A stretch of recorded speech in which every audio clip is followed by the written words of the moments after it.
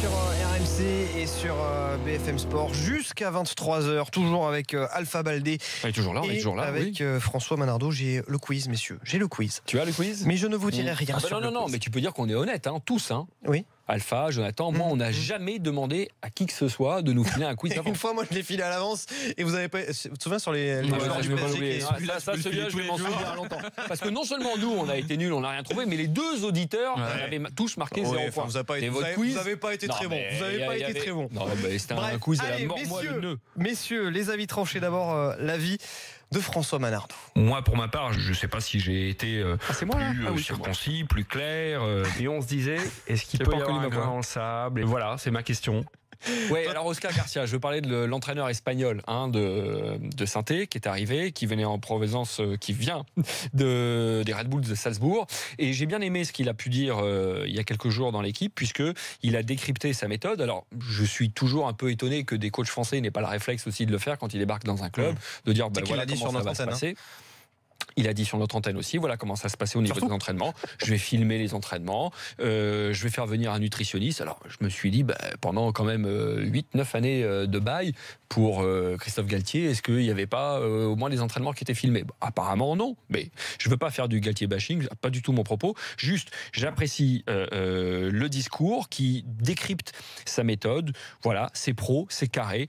Maintenant, au niveau des recrutements, c'est encore léger, je ne veux pas dire faible, mais léger pour la SSE, mais il y a du temps. Il y a Diony qui vient d'arriver, qui leur a coûté 8 ou 10 millions. C'est un gros effort de la part de la SSE. Et puis Yanko, il y a le retour de prêt aussi de Bamba. Ça doit monter en puissance. Ils ont perdu Malcuit. Il y a d'autres joueurs qui sont des lofters aussi qui doivent partir. Donc, OK sur le discours. Maintenant, tu peux me servir le meilleur discours que tu veux. Ta matière première, c'est toujours les joueurs. Et j'espère que la cellule de recrutement avec Garcia va pouvoir faire du bon travail pour que, entre ce que dit cet entraîneur espagnol et comment ça va se traduire sur le terrain, ce soit au diapason. Dernière chose par rapport à Oscar Garcia, je me souviens de 2 matchs de ces Red Bulls de Salzbourg l'année passée, puisqu'ils étaient dans le groupe de l'Europa League avec l'OGC Nice. J'avais trouvé 2 choses chez cette équipe. Elle était, dans le bon sens du terme, extrêmement agressive et avait un jeu qui m'avait assez emballé, très direct. Très direct, ça ne veut pas dire que de la contre-attaque, mais malgré sa formation barcelonaise, puisque c'est un joueur qui a été formé à la Masia de Barcelone, ça ne perdait pas de temps, ça ne construisait pas beaucoup, mais ça allait droit au but. C'était un peu comme un boxeur, une droite, une gauche, et ça pouvait te mettre KO. Ils avaient perdu à domicile contre l'OGC Nice. En revanche, et ce qui était très rare quand on regarde la saison passée du gym, il s'était imposé nettement, sans bavure, 2-0 à l'Alliance Riviera. Alpha. De toute façon, on a déjà dit le bien compensé de l'arrivée de Garcia dans les méthodes. Et moi, d'ailleurs, je me pose toujours des questions sur pourquoi les coachs français ou pourquoi on n'innove pas comme ça, au fait. Enfin, qu'on a un peu de attend retard. toujours que quand Carlo il vient, l'utilisation du GPS pour les joueurs, la cantine pour tout le monde. Je pense qu'on a un peu de retard. Nantes également. Ouais. Non, on a un retard, mais on sait quand même ce qui se passe ailleurs. Enfin, on va pas continuer dans tu sais, pas trop toujours. Les mecs, les entraîneurs français ont toujours un peu frileux pour aller voir des stages à l'étranger, d'y rester, de les répéter, etc. Et de toute façon, ça se traduit sur le nombre d'entraîneurs français qui évoluent à l'étranger. Je trouve ça dommage, justement. Et c'est dur quand même. Il y en a des emblématiques. Enfin, je veux dire, tu peux prendre... les comptes sur les doigts d'une main de lépreux. Zidane, Wenger. Oui, t'as eu Rudy Garcia également. Puel, Houillet, Garcia, t'oublies quand même. Mais il a raison que ça se prend sur le bout des doigts. Mais moi, je parle même d'ici, de ce championnat-là, pour essayer d'amener de la qualité. Enfin, on en a parlé plusieurs fois, mais moi, je me pose juste la question, pourquoi à chaque fois il faut qu'un coach étranger arrive pour qu'on nous apprenne qu'il faut que les joueurs mangent ensemble à la cantine, pour qu'on nous apprenne qu'il faut qu'on pèse des joueurs à telle période. Enfin, il y a tellement beaucoup de trucs qu'on a l'impression que ça veut dire quoi? Ça veut dire que les entraîneurs français, c'est... Non, mais je pense que dans l'approche professionnelle extrêmement pointue du foot pro, les entraîneurs français, et dans le diplôme avec le DEPF, même s'il y a des réformes qui ont été faites et qui sont en cours, je pense, avec Hubert Fournier, je pense qu'il y a eu un retard par rapport à ça. Oui, François, au niveau de la formation, ça allait, ou ça va, même si ça n'a pas toujours été parfait, mais ça va. En revanche, au niveau du diplôme d'entraîneur, et ça se vérifierait puisqu'on en exporterait, on exporte, je pense, 100 ou 1000 fois moins d'entraîneurs français qu'on exporte des joueurs. Heureusement qu'il y a l'Afrique. Et que ça traduit. Et heureusement qu'il y a l'UNECATF avec ses relations avec l'Afrique. Non, mais tu sais, moi c'est même pas une question de diplôme et tout, mais tu sais, tu peux bien t'intéresser. Oui, mais c'est très important le diplôme, on est d'accord. Mais la personnalité aussi, le fait d'innover, on est d'accord que. Oui, de chercher aussi des innovations. C'est ça, le fait tout simplement de se performer. Vous pouvez être 10 à avoir le même diplôme. Si tu es plus curieux et si tu as envie de te performer, forcément, tu apportes des méthodes qui sont différentes. Maintenant, sur Garcia, dans cette interview-là, je pense qu'il parle quand même du mercato et qu'il dit de façon voilée, un petit peu comme le dit Galtier dans son interview trash, qu'il manque de moyens pour le mercato et qu'il sait qu'à Saint-Etienne, il n'y aura pas assez d'argent pour aligner des sommes sur des joueurs. Donc, je pense déjà que c'est un petit message lancé aux dirigeants dont il faut tenir compte, je pense. Et il faut avoir des idées.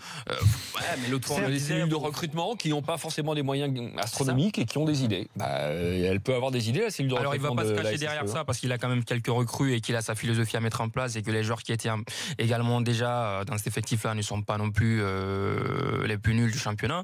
On va essayer de voir déjà s'il met en place une philosophie. Moi, je l'ai vu avec Salzbourg. J'ai eu la chance de vraiment regarder beaucoup de matchs qu'il a. T'as vu beaucoup de matchs de Salzbourg? Oui, parce que tu sais pourquoi? Parce qu'il y avait un certain Naby Keita qui évolue dans cette équipe-là, et vu que je suis beaucoup les joueurs guinéens, même si on me le reproche beaucoup, mais bon, je suis guinéen quand même. Donc du coup, je regarde beaucoup de matchs de Salzbourg. Donc ce qui fait que moi j'ai vu une philosophie de jeu très intéressante et des idées dans le jeu. Et s'il apporte ça à Saint-Etienne, même avec ceux qu'il a, je pense que ça peut nous plaire. On peut avoir du plaisir. Messieurs, il y a Hervé, supporter justement de Saint-Etienne, qui a fait le 32-16 pour donner son avis. Il nous appelle de l'Aïol en Aveyron. Salut Hervé. Salut messieurs, bonsoir. Salut Hervé. Bonsoir. Qu'est-ce que ça t'inspire? Pensé de mon avis tranché, voilà. Qu'est-ce que ça t'inspire, cet avis tranché de François? Bien sûr, dès que François parle, ça m'inspire de toute façon. Il est flatté, si tu le voyais. J'espère, j'espère. Mais non, plus sérieusement, il y a eu un match amical là, en fin d'après-midi, c'est le 3e.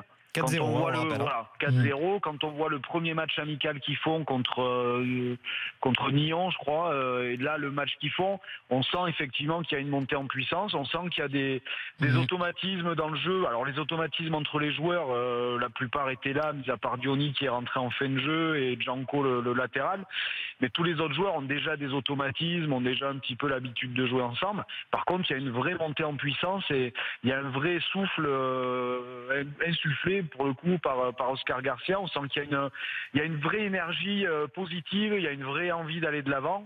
Par rapport aux moyens dont il aura à disposition, mais on sait très bien qu'à cet été ça va être limité, mais comme vous venez de le dire, avec les joueurs qui sont présents, Bamba fait une préparation du feu de Dieu, donc lui je pense que s'il est prolongé, puisqu'il ne reste qu'une année de contrat, ça peut être une belle découverte pour la Ligue 1. Ronald Pierre-Gabriel qui devrait prendre la place de Malcuit, parce que lui aussi est très prometteur. On a quelques jeunes comme ça, il va peut-être falloir aussi s'appuyer sur les jeunes. C'est quelque chose qu'il a fait énormément à Salzbourg et c'est quelque chose qu'il dit également. Lui, il n'a pas de scrupule à faire jouer un jeune de 18 ans s'il est meilleur avec un gars de 25 ans au même poste. Donc avec un petit peu, je dirais, la nouveauté dans le jeu, certains qui vont être un petit peu revanchards parce que mis un petit peu au placard sous Air Galtier, plus des jeunes qui vont pointer le bout de leur nez, je vous le disais, Bamba, Ronald Pierre-Gabriel, Norden, Maïga qui a fini la saison malheureusement blessé l'année dernière mais qui commençait à enchaîner les bons matchs. Il y a une mayonnaise qui peut prendre. Est-ce qu'on va enfin voir le vrai Robert Berić débarrassé des blessures? Faut le souhaiter. Tout le monde que je le souhaite. Oui, parce que lui vraiment c'est un vrai attaquant, un vrai finisseur. Un vrai attaquant, un vrai buteur. Quand on regarde sur la saison dernière, le ratio temps de jeu but est plutôt pas mal. Ouais, mais depuis qu'il s'est pété les croisés, il a jamais vraiment revenu. Alors là, il revient, il a l'air un petit peu plus. Voilà, et il est jeune. Regardez Falcao, finalement. Oui, et puis Berić, on a l'impression que on a l'impression qu'il a 27 ou 28 ans, il en a 25. Donc c'est un jeune joueur encore.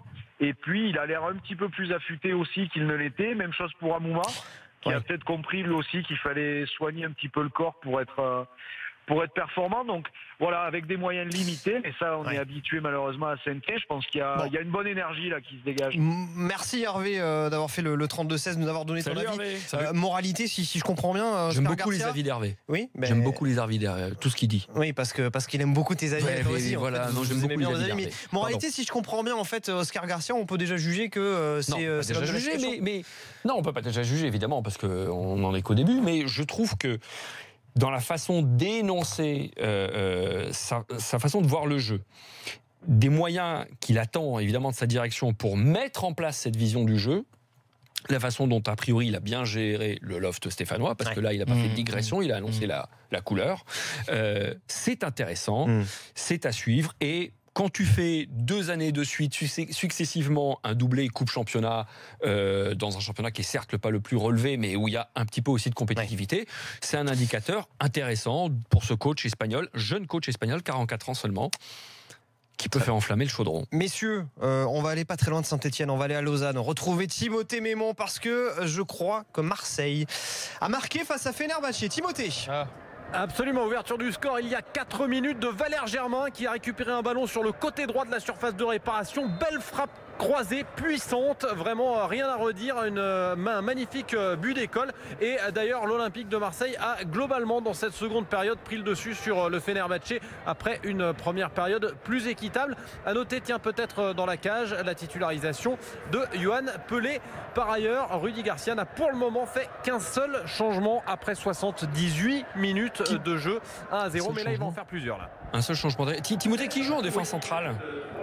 Alors en défense centrale, on a Rolando et Sertic avec sur les côtés Patrice Evra et Bounassar. Et là t'as Rami qui va rentrer. Latéral droit. Oui, Rami va rentrer. Ouais. Bien, merci beaucoup Timothée. On revient te voir pour le résultat final de cette rencontre. Donc 1-0 pour l'OM face à Fenerbahçe. Il reste 8 minutes. Je vous rappelle les victoires cet après-midi. 4-2 de Monaco face à Stoke, 4-0 pour Saint-Etienne face à Dijon, défaite 1-0 de Montpellier à Rodez, la victoire 2-0 de Bordeaux face à Bastia, et puis la victoire 4-0 de Lyon face au Celtic Glasgow. L'after continue dans un instant sur RMC et BFM Sport, la vie tranchée d'Alpha Baldé, le je m'en fous pas, et puis le quiz de l'after. Vous inscrivez dès maintenant au 32-16. À tout de suite.